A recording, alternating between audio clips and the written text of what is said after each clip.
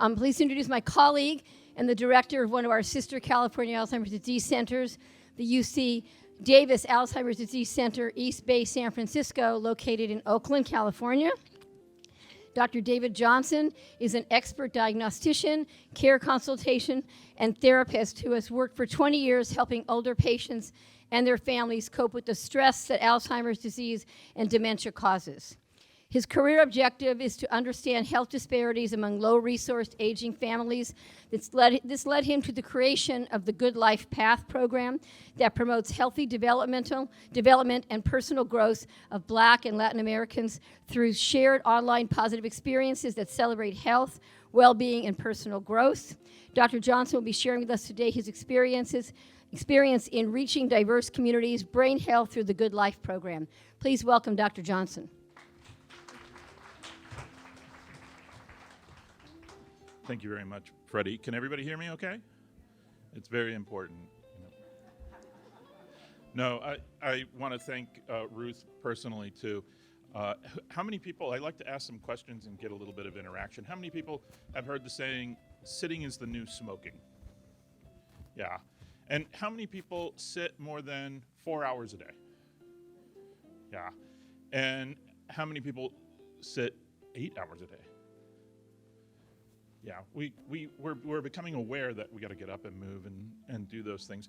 But, you know, what I've learned over my many years transitioning from being really a clinician for geriatrics and Alzheimer's disease into much more of a preventative medicine role, that it's so important to try to involve our seniors before they get sick, while they're still healthy and engaged, and get them into a preventive medicine kind of frame of mind. And that's really hard because our medical systems, of course, are you come in and you treat a disease. I have a problem, I'm gonna come in. You don't think, well, I'm gonna get up out of my chair today and I'm gonna set a timer so I do that. You don't think, I need to make sure that I'm walking 20 minutes a day. Or the other preventative medicine things that we can do, like let's cut down or cut out, preferably, alcohol and high-calorie foods, you know. And these movements within preventative medicine and public health are often known collectively as exercise as medicine and food as medicine. These kinds of things that are gaining traction. And of course, you know, like my colleague talking about prescription drugs, you know, do you dump this on the general practitioner? Is that going to be a successful strategy? No, it's not. And so I was incredibly fortunate to have COVID come along. That I had been awarded something that I had been doing for 10 years, a pragmatic clinical trial in person with elders in Oakland and in Rossmore in the East Bay of California, and looking at sort of the haves and have-nots for an in-person exercise, diet, cooking program. But really, I'm a clinical psychologist, so there's a wraparound of social support, because the one thing that I've learned over the last 10 years is you don't do this alone. You don't create a new habit. You don't create new lifestyles that are positive without some help from friends and family. And this is incredibly difficult because, you know, on average in the United States, most older adults have 2.5 friends, 2.5 friends on average, something like that, 2.7. Their worlds are constricting in size and support. And in COVID, of course, that just redoubled, and everybody was scared and isolated. And when we were supposed to launch our in-person trial on April 1st, 2020, that was when we had 60 older adults coming to the Oakland Sports Center. And we had registered 60 older adults. Of course, the world turned up on end, and I had a staff. We had all this equipment. We had really, truly community engaged scholars. And when I say scholars, it wasn't just a bunch of academics or research assistants. These were people from the community who had been hired as health coaches, who were starting to become geriatricians, gerontologists as well. because they had never worked with older adults. They had never even thought about aging as an issue.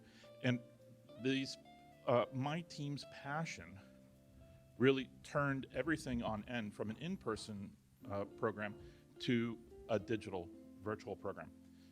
And let me tell you, there were a lot of barriers. I think Freddie can attest to it, and the team here, as we expanded, trying to get older adults to use technology, trying to get older adults to think in the mind frame, or the frame of mind, excuse me, about exercise. But I think we've done it, and it's a testimony to my executive director, Shanette Merrick, and all the great folks who participated. The health coaches are immensely caring, loving, and engaging people. And for several years now, 3 years, that we did everything virtually.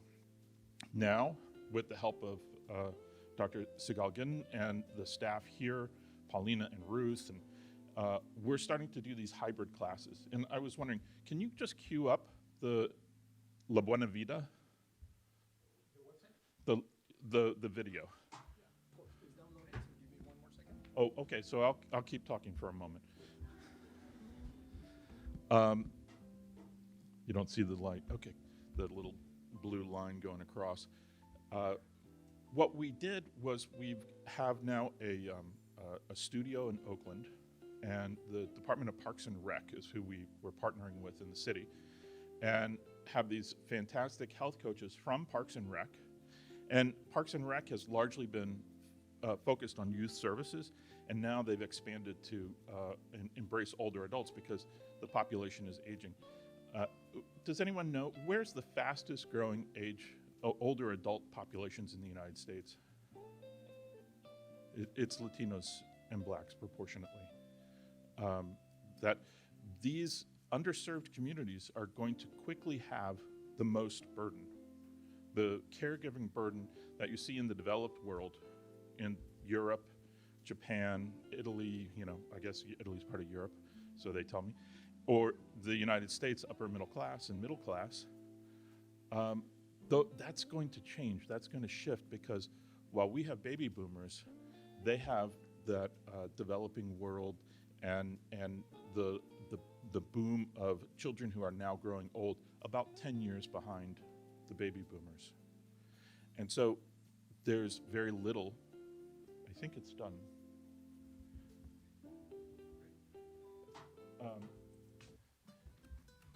There's very little for underserved communities as far as gerontological support services. Matter of fact, there's such an ageist stereotype.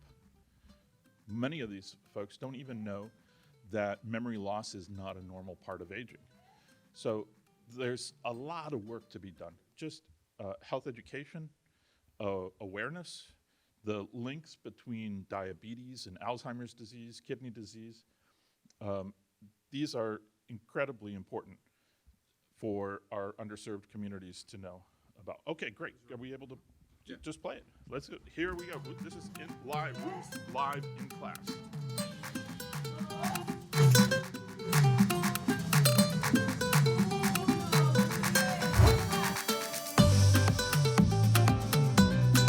Hola, mi nombre es Paulina Montión García y soy la coordinadora del programa La Buena Vida. Les quiero compartir que los participantes que han participado en este programa me han dicho varias cosas. Uno, que se han estado sintiendo mejor físicamente. Dos, muchos de ellos han reducido sus medicamentos que están tomando. Tres, han estado comiendo mucho más saludable porque se están motivando con los ejercicios. Y cuatro, han tenido más energía de lo que antes tenían. Estos beneficios han sido por las clases que han asistido de La Buena Vida y los invitamos a todos que sean parte de este cambio. A mí me han ayudado mucho porque antes se me acababa mi día a las 3 de la tarde y ahora ya les sigo porque tengo demasiada energía.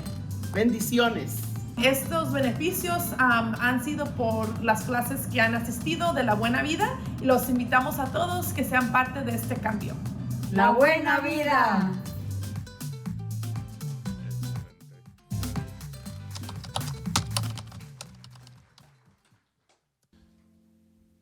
We have created what I like to think of as a culturally competent intervention, preventive medicine intervention. We have 2 sets of studios here in LA and in Oakland. And Camino Buena Vida, or just La Buena Vida, has its sister program, The Good Life. And they are culturally competent or culturally engaging. They're run by community members, for community members.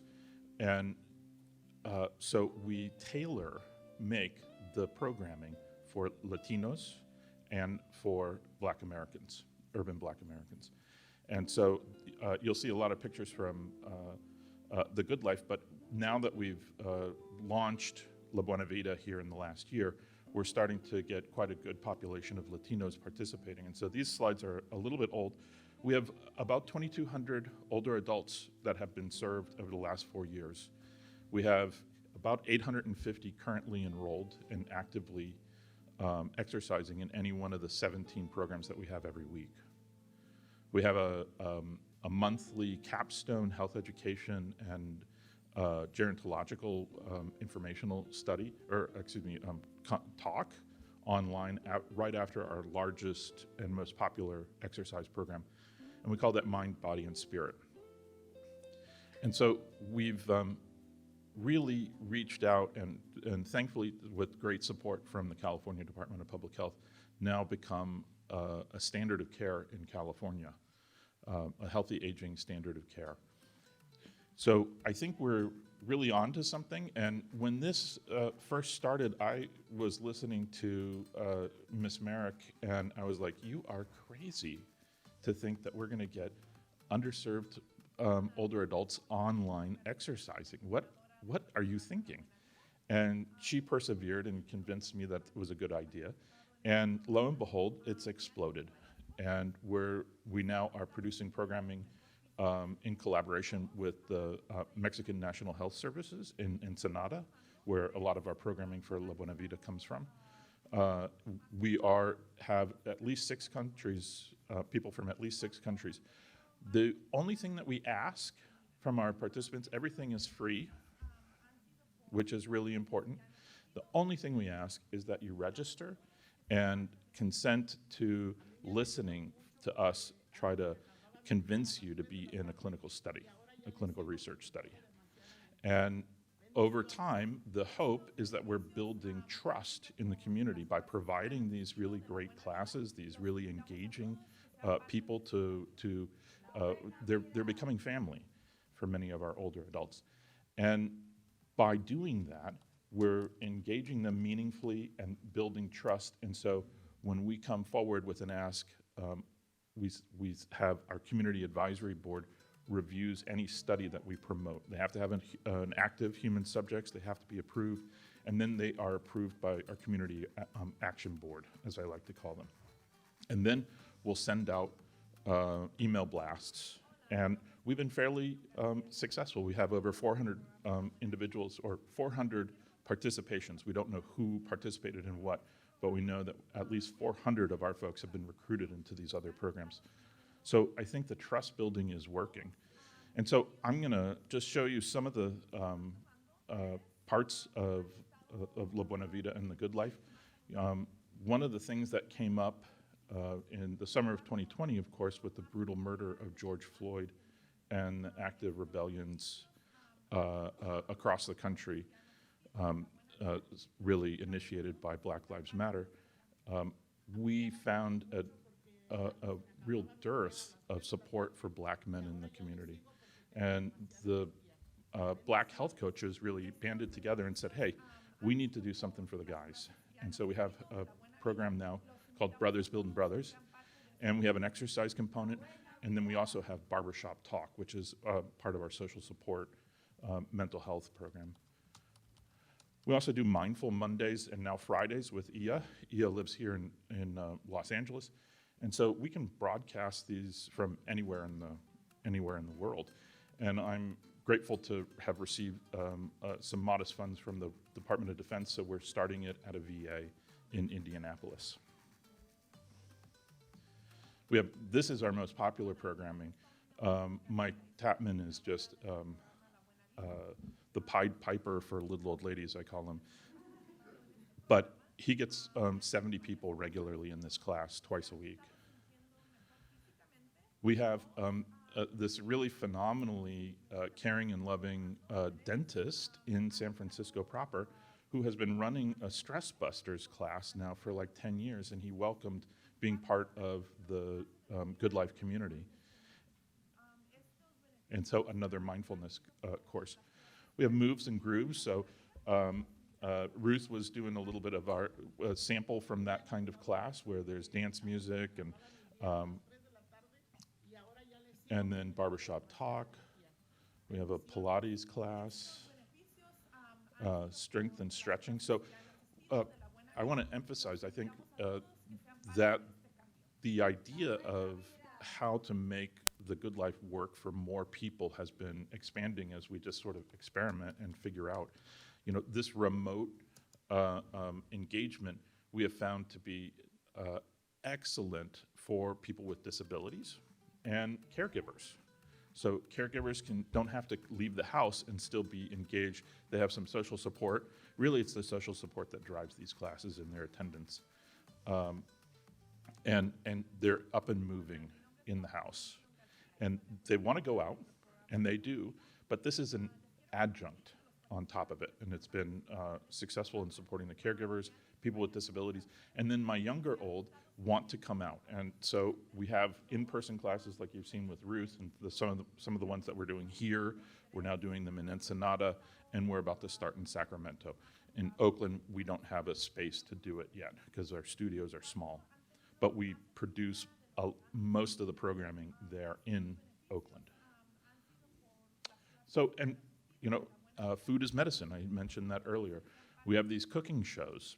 The same woman who wanted to start this program is also our lead chef, but we also now have this fantastic chef with funding from the Mexico National Health Service who is preparing full-on wrap yourself in the Mexican flag cuisine from all the different states. And so her program is got a cookbook, and it is about sugar replacement, and it's part of a curriculum to combat diabetes and the growth of obesity in Mexico. So it's taken off. It's really just been a conduit in which lots of people can put their content in and reach a broad audience. And we're now at a place where I'm confident enough that the technology works, the health coaches are trained, we're really producing some fantastic programming, and now it's time to get the word out and have it become certainly a statewide program, as it is. And thanks to the Department of Public Health again, my sugar daddy, I guess. I've learned a lot of new slang doing this.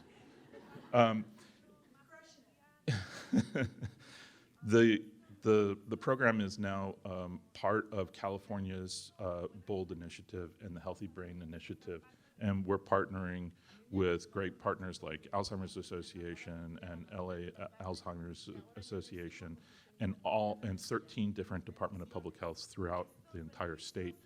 And we're helping get out the word, recruit people, and provide that needed infrastructure to do the public health work that we need to. And there's discussions about expanding this beyond just Latinos and Black Americans, but the DoD wants to do this for veterans, and the Department of Public Health would like me to do it for rural whites. Hopefully, they will find it in their hearts and in their pocketbooks to support us more. We also do this health fair, so we've kind of created health fairs in a box called It Takes a Village.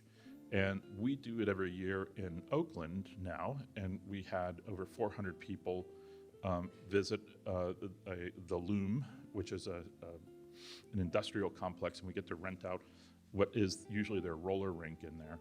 And we set up booths and food, and we have the barber shop, and we have dance classes, and we have a kids area so that older adults and working older adults, because there's a lot of grandparents that are taking care of their kids' kids.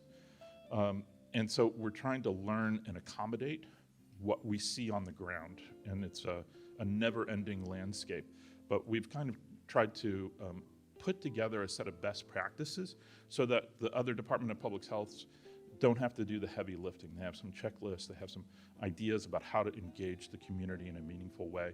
And we're piloting that in Sacramento right now, and hopefully we'll be doing it here in LA County very soon. How's my time? I'm good? Okay, I'll just go in for the people in the audience. There's usually about, I don't know, a quarter or half of them that say, older adults don't use technology. And you're partially right, but importantly, you're also wrong. And first, we had the event of COVID. That's why I said COVID was a blessing for us. It really forced a lot of older adults to come out of their technological shells, and it's usually the younger ones, and it's almost always through Facebook. So we Facebook stream everything. We have Facebook channels, so everything goes through Facebook as well as through the World Wide Web. And we have this ticketing system where the tickets, you register once, and those tickets come just a couple hours before the class. And so you don't have to remember it. You get a reminder. And we learned that especially among Black men and older Latinos, we needed to have text. A lot of folks didn't even have an email. We do set them up with an email because that's the main ID that we have, but they interact with the program completely with text. Let me just tell you the amount of lifting to make a Gero-friendly ticketing system and text system is substantial. On top of doing everything in both Spanish and English, on top of hiring competent staff and having the vision to implement something like this. It's been monumental. So my 40 staff that I have working with us, it's been phenomenal. We've realized when we started to engage with the Healthy Brain Initiative, we needed to have more customer support. So we do have our research programs running, and so sometimes people call with questions, and we have a customer support staff, both in Spanish and English. And that phone passes around. Here's some folks at our It Takes a Village health fair last year. This picture is also from there, but we're present in the community, helping people in person-to-person enrollment, getting them in these hybrid classes so they may meet in person one time a week, and then they have virtual options through the other times of the week. So it's kind of a first one's free, that we get people in the door, they get a sense of family and connection, and then they can do it online or they can come in. We also have a phenomenal part of Food is Medicine, this Let's Get Cooking program. Within Oakland, we've partnered with the Oakland, actually it's Alameda County Food Bank, and we have now a centralized delivery system where there's a box for every elder who signed up, and they can get their ingredients. And we've been doing this throughout COVID because a lot of our oldest wouldn't leave the house, and this was a necessity, and it's just sort of blossomed, and now we have about 400 older adults that come to the Oakland Sports Center, pick up a box for the week. It has their food in pre-measured bags for the cooking program that week, but it's also got extra groceries for them for the week. So I should acknowledge the fantastic people who have helped make this possible. Again, I probably haven't said it, but I'm with UC Davis Health and the California Department of Public Health and the City of Oakland Aging and Adult Services and Department of Parks and Rec, and of course, Rancho Los Amigos. So stay connected.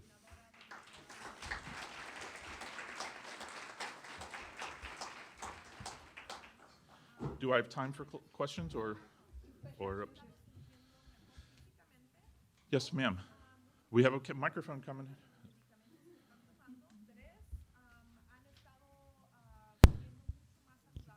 I love all your presentation and all the great job that you are doing. And I am surprised even that you have a dentist giving a stress support. But what about oral health? I didn't see anything about oral health that you can teach them how to prevent decay and That is a marvelous idea. We'll get in touch with you, and thank you for volunteering. I'm so excited. Thank you. But yes, it's in everything that you are doing, even the cooking, the sugar regulation. And we were talking earlier about the dry mouth and some of the side effects that medications may cause. So I think that we really need that dentist to be teaching more than stress relief. So I'll put Javier Corrarubias on the spot right now, which is that we are building an app specifically so that we can deliver more health education material, a broader type of health material. The ticketing is relatively passive, it's one directional, and we want to be able to reach out to older adults, be an authoritative voice on elder health and things like oral health and prescription health, and creating that content, vetting it, and getting it out there that's culturally competent. Those are the next steps for La Buena Vida.